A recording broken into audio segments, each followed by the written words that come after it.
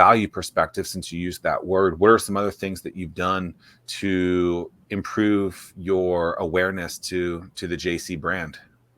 Well, a lot of people worry about workouts. I even created workouts for people as well.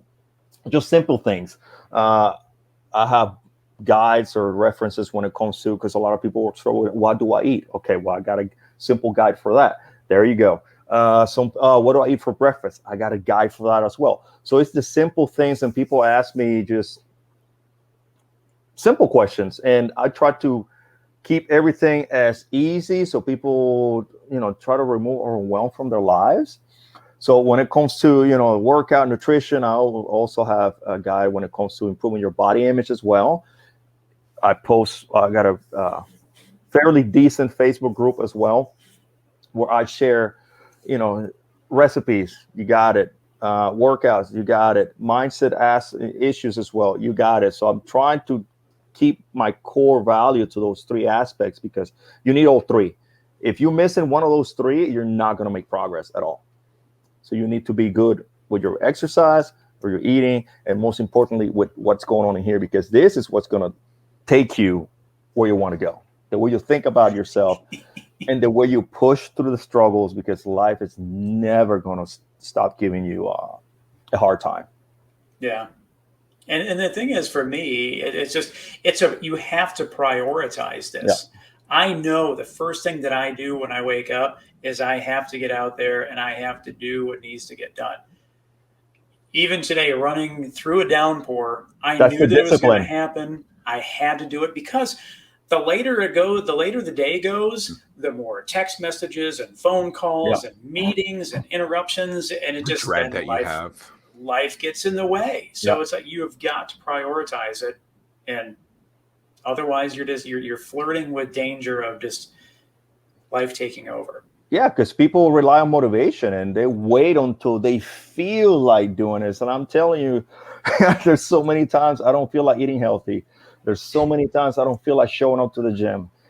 But you know what? You have to get it done. And that is that discipline that people have a problem, building and reinforcing. If you reinforce your discipline, there's no thought process again. And if there's no thought process, you just do it, whether you feel like it or not. And that's what makes people succeed or not. Do you find that learning this as a life skill has helped the business aspect of it, from a discipline perspective, from just doing it perspective? Yes, 100%. Discipline. How quickly did you recognize that they were very similar? Because I think they're basically like spot on, parallel. Like if you could just interchange the words out, and they're like the exact same thing. I think it took me about close to a year to realize, wait a minute, this is exactly the same thing.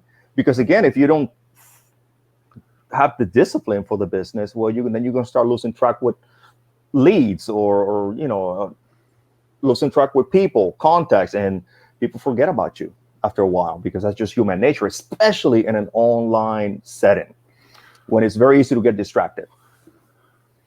How has COVID affected your business? One of the things that I really wish that people would get, and the media doesn't talk about this, but COVID, this is your wake-up call to get healthy, become cardiovascularly strong, lose weight, because the people that feel the effects of COVID more than anyone are those that are overweight and those that are doing exercise. Has it been a wake-up call where more people have contacted you because they saw this as a wake-up call for themselves? Yes. As a matter of fact, I have one client right now that she actually got COVID. And like you mentioned, that was her wake-up call, like, oh, snap. She had a really, really difficult, hard time. And after she bounced back from COVID, she reached out to me. And so far, I think she has lost close to 40 pounds so far. And she's still with me. We're still struggling. Hey, we're still managing her struggles. But it definitely, it opened her eyes as Scared well. The crap out of her. Yeah, it did. She did not have a good time. That was her, okay, I'm done. I got to change my life. It's interesting. As you were describing Alaska, I wrote down a note, like Alaska and COVID are the same thing, basically, right? Where it's, a depressed place, stay inside, cold, you eat a lot. What was the first 6 to 9 months of COVID? Stay inside, stay inside. It wasn't, hey, it's okay to go outside and walk. Well, that's not what we were told. That's what perceptions came in. Right. Everything was to stay inside. And so we, I think everyone was terrified. Most people were terrified of we don't know what's going on. Is this thing like, is it going to do what, is this the zombie apocalypse that we've been watching plenty of movies about over the years? And, thank God it hasn't been like that to the extent I think where people might have thought it could have been. But, it's unfortunate that more people didn't see the wake up call over the last year to have worked on this in a stronger kind of way. It's hard. I mean, our wake up call is different for each and every one of us. So it's difficult to say what is going to make one person realize, oh crap, I need to change my life. So knowing that, I don't know. Yeah. Knowing that, and you having a word of mouth business, like how do you predict that, like figuring out people's wake up calls? That is a good question. I'm not at this point, because each and every one of us is different. And it's really hard to define or try to figure it out. Some people, some clients have survived breast cancer for me. And that has been their wake up call to, change their life or beat it in the past. And now they're ready to change. It's very difficult to predict that. One of the things that I find really that I noticed, and when you sent us some notes about yourself, you had mentioned this as well. Your target is women in their 40s.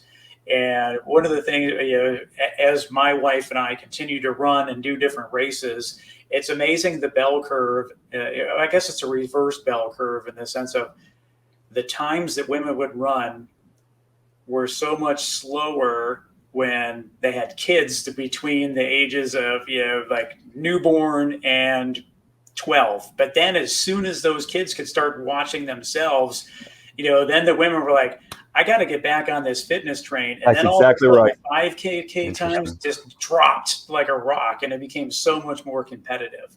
Yeah, that is correct. And that's the reason why mainly that is my intended target, because most of the times, most clients, after have reached a certain age, their kids are older.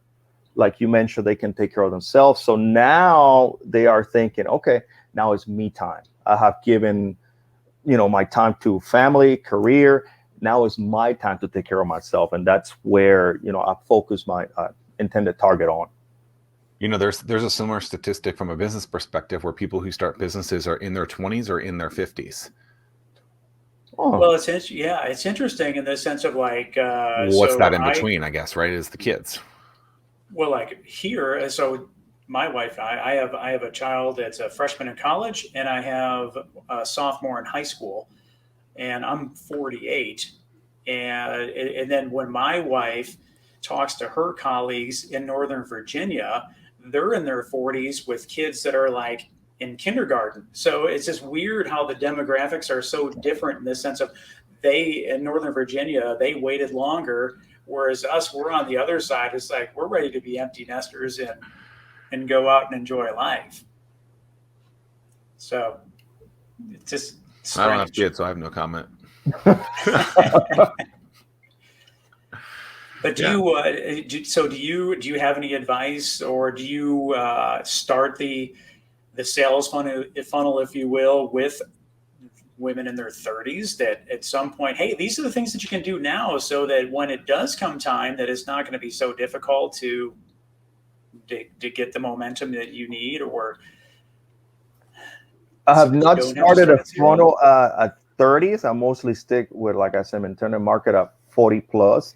And the reason is because a lot of women at that age, they think that their metabolism is slow. And yes, there are hormonal aspects that I have to take into consideration as well. It's one of the things that I go through my onboarding because, some of us, after we reach a certain age, testosterone replacement therapy, hormone replacement therapy overall, and that can affect things as well. So there's a lot of misconceptions that women have at that age. Like I said, starvation mode, my metabolism is broken. I mean, I've heard that a million times, and it's not true. Unfortunately, it's not true at all.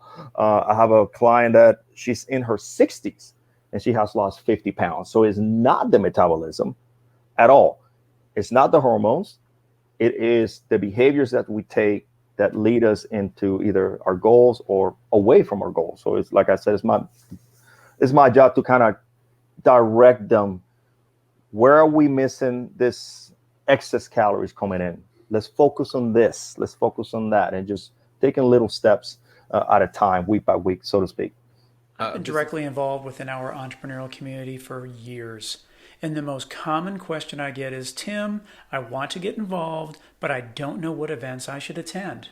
Well, StartWheel eliminates that pain point because we consolidate all the events you should attend into a single calendar. Now you'll be in the know and see where to spend your time. Gone is the need to search multiple websites and calendars. Just head to startwheel.org and see for yourself. That's startwheel.org.